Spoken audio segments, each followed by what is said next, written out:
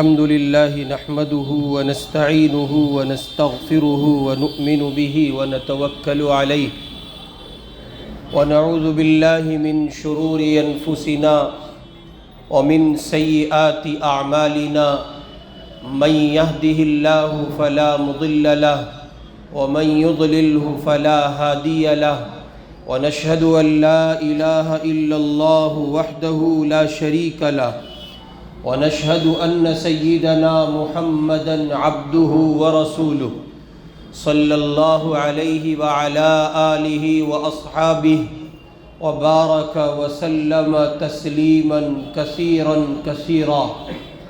أما بعد فأعوذ بالله من الشيطان الرجيم. بسم الله الرحمن الرحيم. يا أيها الذين آمنوا ادخلوا في السلم كافة ولا تتبعوا خطوات الشيطان إنه لكم عدو مبين. صدق اللہ العظیم. بزرگان محترم، ایمان والے بھائیوں، ہم اور آپ اور دنیا کا ہر ایک مسلمان موجودہ حالات میں کسی نہ کسی ایسے پہلو کا شکار ہے کہ جس پہلو کی وجہ سے وہ اپنی زندگی میں مختلف مسائل پاتا ہے اور مختلف دکھ اور درد سے دوچار ہے. بالفاظ دیگر یوں آپ اور ہم کہہ سکتے ہیں کہ ہماری اور آپ کی زندگی ایسے بہت سے مسائل کے گرد گھومتی ہے اور ایسی بہت سی مجبوریوں اور معذوریوں کے ساتھ گزر رہی ہے کہ ہم زندگی کو گزار تو رہے ہیں، لیکن مسائل کی کثرت ہونے کی وجہ سے، حالات کی زیادتی اور مسائل کی کثرت کی وجہ سے ہم اور آپ کھل کر نہیں جی پا رہے ہیں. یا یوں کہہ لے کہ اپنی زندگی میں اس نوع کا سکون نہیں پاتے جس نوع کا سکون ہمیں مطلوب ہے. پھر جب اپنی ذات کے دائرے سے باہر نکلتے ہیں، اپنے وجود سے قومی سطح پر پہنچتے ہیں، تو پوری قوم کے ساتھ جو قومی حیثیت سے زیادتی ہے، تو یہ کہنے میں ہمیں کوئی تردد نہیں ہوتا اور یہ کہنے میں ہمیں کسی طرح کی زیادتی معلوم نہیں ہوتی کہ پوری دنیا کی تمام تر اقوام گویا متحد ہو کر پیچھے پڑ گئی ہیں اور وہ صرف اور صرف مسلمانوں کو مٹانا چاہتی ہیں. چنانچہ اس وقت عالم اسلام پر اگر آپ بہت باریکی سے نظر ڈالیں تو پوری دنیا میں عالم اسلام جہاں جہاں چمن کی مانند کھلتا ہوا دکھتا ہے، وہاں وہ اپنے ساتھ مسائل کو پاتا ہے. پوری دنیا کی نظریں اس وقت غزہ پر لگی ہوئی ہیں اور فلسطین میں جو کچھ ہوا اور فلسطین میں جو کچھ ہو رہا ہے، چونکہ سوشل نیٹ ورک کا زمانہ ہے تو سوشل میڈیا کے ایکٹیو ہو جانے کی وجہ سے اور سوشلسٹ لوگوں کے ایکٹیویٹ ہو جانے کی وجہ سے پوری دنیا کی نگاہیں اس وقت غزہ پر لگی ہوئی ہیں. چنانچہ وہ کمینے جو پہلے سے کمینے تھے اور وہ ظالم و جابر حکمران کہ جن کی زندگیاں گزر گئی ہیں مسلمانوں کے ساتھ ظلم و زیادتی کرنے میں، انہوں نے اس موقع کو غنیمت سمجھا اور انہوں نے اس موقع کا فائدہ اٹھا کر کہ سارے عالم اسلام کی نظر اس وقت غزہ پر لگی ہوئی ہے، لہذا تم اس کا فائدہ اٹھاؤ، اور اس کا فائدہ اٹھا کر انہوں نے دیگر جگہوں پر عالم اسلام کے دیگر خطوں میں مسلمانوں کے ساتھ ظلم روا رکھا ہوا ہے. چنانچہ 7 اکتوبر سے لے کے کل صبح تک ایران کی سرزمین پر، جسے دنیا یہ سمجھتی ہے کہ وہ فلسطین کے ساتھ کھڑا ہے، جسے دنیا یہ سمجھتی ہے کہ وہ مسلمانوں کے ساتھ کھڑا ہے، جسے دنیا یہ سمجھتی ہے کہ وہ مسلمانوں کا ہمدرد خیر خواہ ہے اور مسلمانوں کا تعلق دار ہے، لیکن دنیا وہ تاریخ بھلا بیٹھی ہے اور لگتا ہے دنیا کو یہ معلوم نہیں ہے کہ ایران کی سرزمین پر جو کمینے بستے ہیں وہ وہی ہے جو حضرت عمر فاروق اور عثمان غنی اور علی مرتضیٰ اور حسن و حسین اور حضور پاک علیہ الصلاۃ والسلام کے گھر کے افراد کے قاتل ہیں۔ ایران کی سرزمین پر پچھلے 7 اکتوبر سے لے کے اور کل کی صبح تک پورے 150 سنی علماء کو پھانسی کی تختے پر چڑھا دیا گیا۔ ادھر آپ دیکھیں ملک شام کی سرزمین پر ساری دنیا کی نظریں اس وقت غزہ پر لگی ہوئی ہیں، تو شام کا وہ ظالم بشار الاسد جو اپنی سفاکی اور بربریت میں یکتائیت رکھتا ہے، انفرادیت رکھتا ہے، ساری دنیا میں اس کا ظلم مشہور ہے۔ ملک شام کے شہر حلب کو قبرستان بنانے میں اور وہاں کے چھوٹے چھوٹے معصوم بچوں کی لاشوں سے کھلواڑ کرنے میں اس کا نمایاں کردار ہے۔ آج جب ساری دنیا فلسطین پر نظریں جمائے ہوئے ہیں اور ساری دنیا فلسطین کو دیکھ رہی ہے، تو چونکہ دیگر خطوں سے نظریں گویا ہٹ گئی ہیں اور دیگر خطوں کے ظالموں پر نظریں لوگوں کی پہنچ نہیں رہی ہیں، تو ایسے میں شام کی سرزمین پر ظالم بشار الاسد اور اس کی فوج نے ظلم کو جائز رکھا ہوا ہے، اور وہاں کے نہتے بے بس اور لاچار سنی مسلمانوں کی قتل گاہ سجائی جا رہی ہے اور ان کا قتل عام کیا جا رہا ہے۔ میرے بھائی، ایک طرف شام کی زمین پر بشار الاسد کا قہر، ایک طرف ایران کی سرزمین پر سنی علماء کا ایک جمی انسانیت کا اور کہیے کہ بڑی تعداد کا قتل، ادھر چائنا کی سرزمین پر جو بظاہر لگتا ہے کہ وہ افغانستان کا حامی ہے، بظاہر لگتا ہے کہ وہ پاکستان کا حامی ہے، بظاہر لگتا ہے کہ وہ عالم اسلام کا حامی ہے، لیکن چائنا کی سرزمین پر اتنے نازک ترین حالات ہیں کہ وہاں کے مسلمانوں پر جو ظلم کیا جاتا ہے اس کی داستان تک باہر نہیں آتی ہے، اس لیے کہ چائنا عالمی میڈیا استعمال نہیں کرتا ہے، اس کے اپنے نیٹ ورک ہے اور اس کی اپنی نیٹ ورکنگ ہے، اس کی دنیا ہے، وہاں ہونے والے مظالم کی کوئی تصویر بھی اسکرین پر نہیں لائی جاتی ہے، اور نتیجہ یہ ہے کہ وہاں کا مسلمان سسکیاں لے کر جان دے رہا ہے۔ اور وہ حزب اللہ جسے دنیا حزب اللہ کہتی ہے لیکن ہم اس کو حزب الشیطان کہتے ہیں، دنیا اسے حزب اللہ سمجھتی ہے اور یہ سمجھتی ہے کہ وہ عالم اسلام کا ہم نوا ہے، اور وہ اسرائیل کے سامنے کھڑا ہو کر اس لیے لڑ رہا ہے، فلسطین کی حمایت مقصود ہے، ہرگز نہیں، اس کے اپنے مقاصد تھے اور اس کے اپنے مفادات تھے، اسرائیل سے پہلے سے وہ مد مقابل کھڑا رہا ہے، فلسطین کی آڑ میں اپنے مفاد عامہ کو پیش نظر رکھا گیا ہے، وہ مسلمانوں کا اور سنی مسلمانوں کا بالخصوص ہم نوا اور ہمدرد نہیں ہو سکتا۔ ایسی کنڈیشن، اتنے نازک حالات، پھر ہندوستان کی سرزمین پر تو جو کچھ ہے اس کو سمجھنا اس عالمی خاکے کے بعد بہت زیادہ مشکل نہیں ہے۔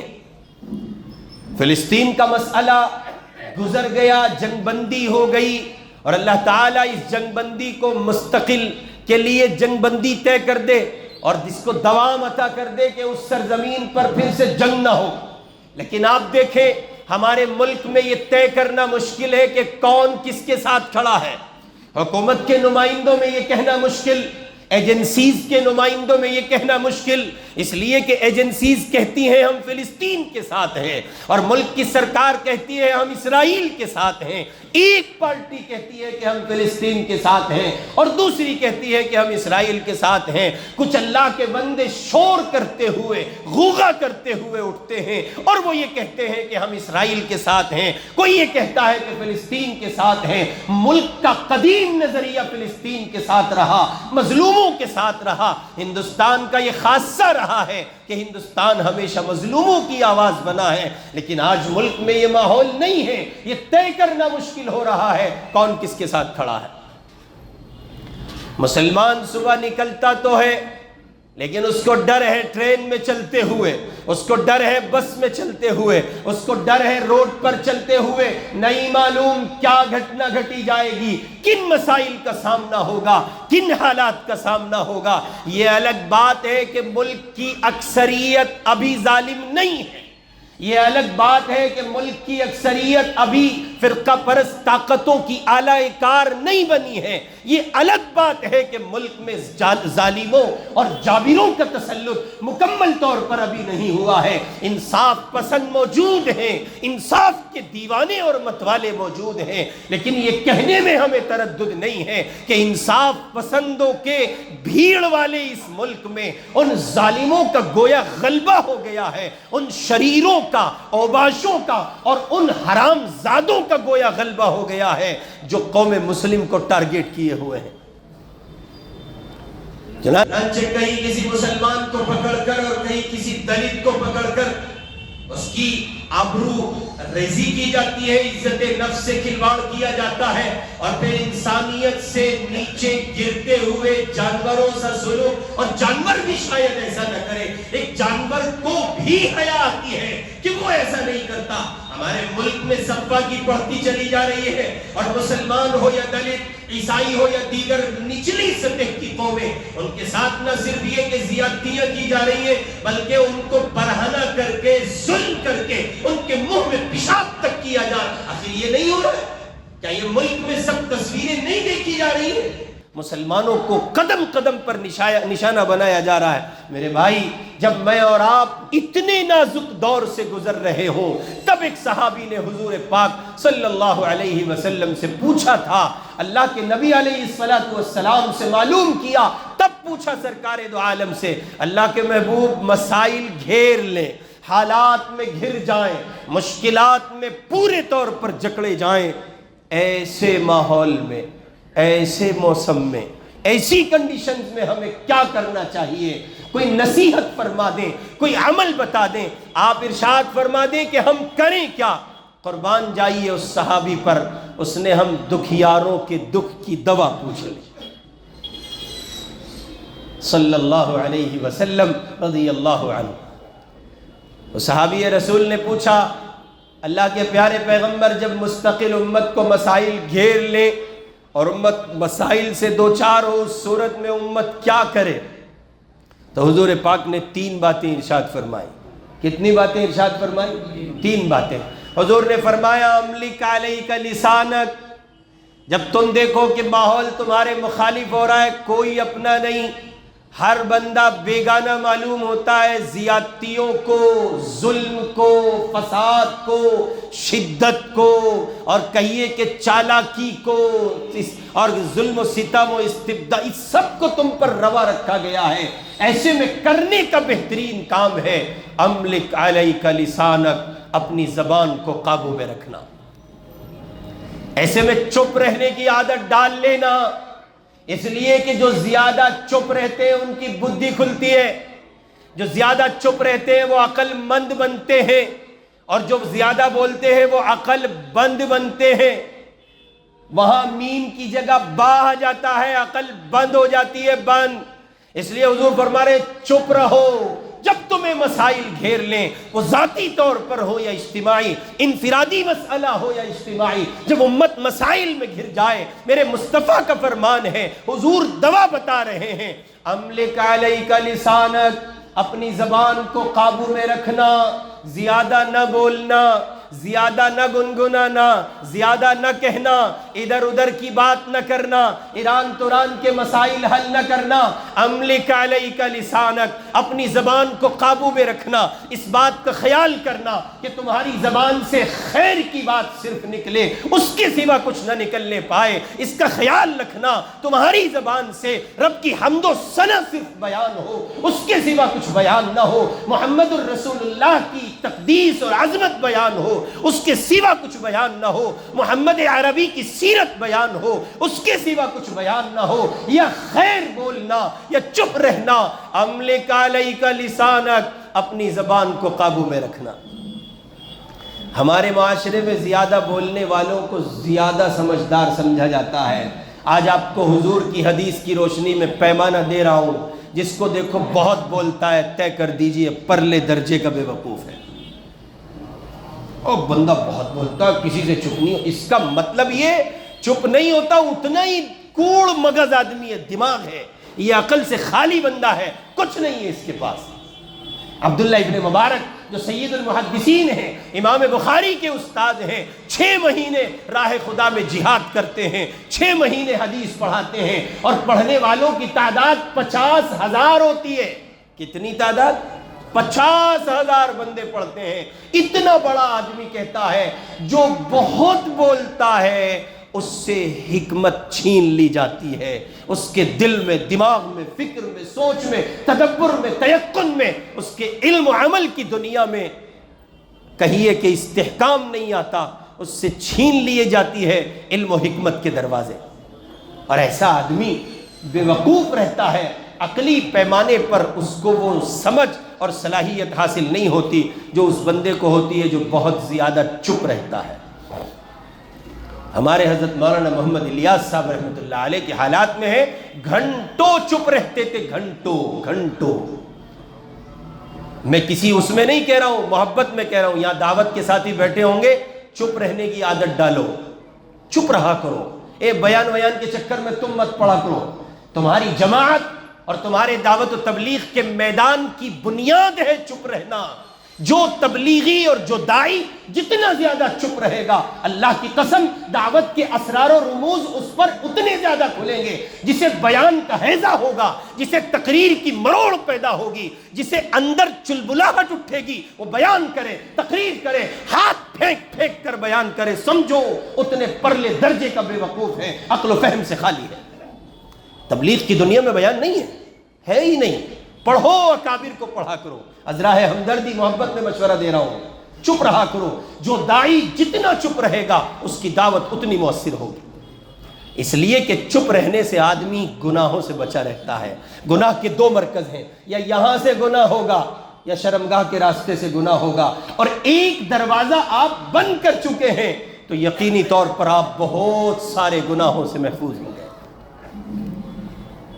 آگے آ جائیں، سرکار دو عالم صلی اللہ علیہ وسلم نے فرمایا وَلْيَسَعْكَ بَيْتُكَ، اور ایک کام یہ ہے کہ اپنے گھر میں رہنا۔ وَلْيَسَعْكَ بَيْتُكَ، تیرا گھر تجھے کافی ہونا چاہیے۔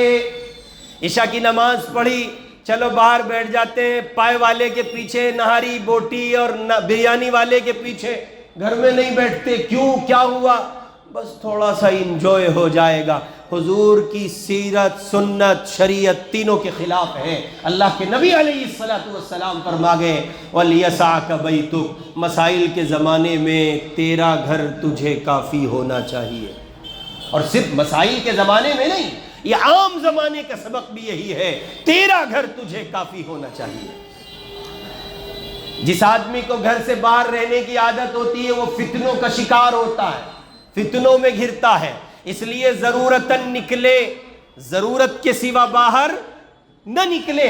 اور پھر گھر میں رہنے کے جو فوائد ہیں، آپ اپنے والدین کے سامنے ہیں، اپنی بیوی کے سامنے ہیں، اپنے بچوں کے سامنے ہیں، اور آپ اپنے گھر کے، خاندان کے، کنبے کے، قبیلے کے افراد کے سامنے ہیں۔ ان کے ساتھ بیٹھنے کا، بولنے کا اور ڈسکشن کا موقع ملتا ہے، اور بہت سے مسائل آدمی شیئر کرتا ہے، ان کے دکھڑے سننے کا اور اپنے نوحے کہنے کا موقع آدمی کو ملتا ہے۔ یہ اسی وقت ممکن ہوتا ہے وَلْيَسَعْكَ بَيْتُكَ، تیرا گھر تجھے کافی ہونا چاہیے۔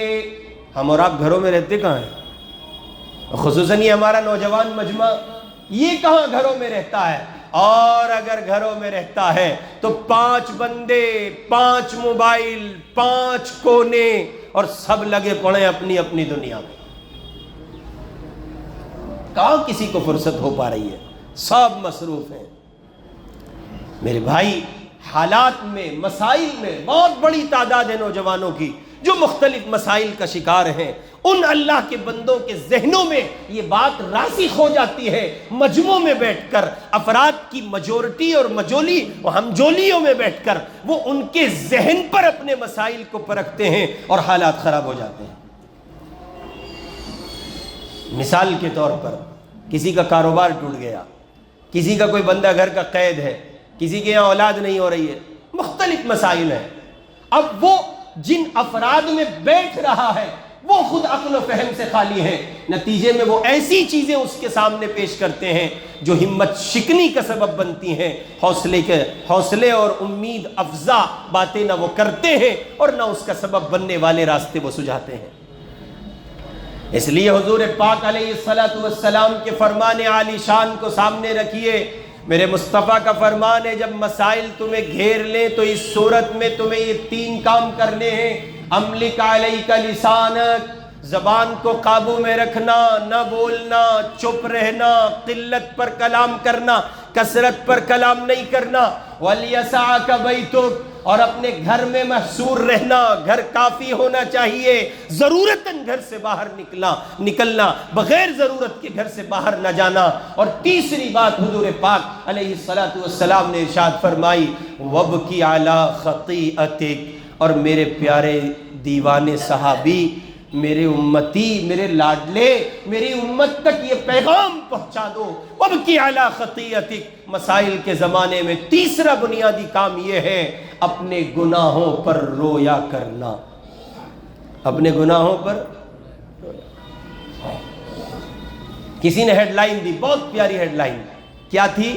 کسی نے کہا پریشان وہ ہو، آگے سوال ہے، کوشچن مارک ہے، پریشان وہ ہو جس کا رب نہ ہو، اور جس کا رب ہے اسے پریشان ہونے کی ضرورت نہیں ہے۔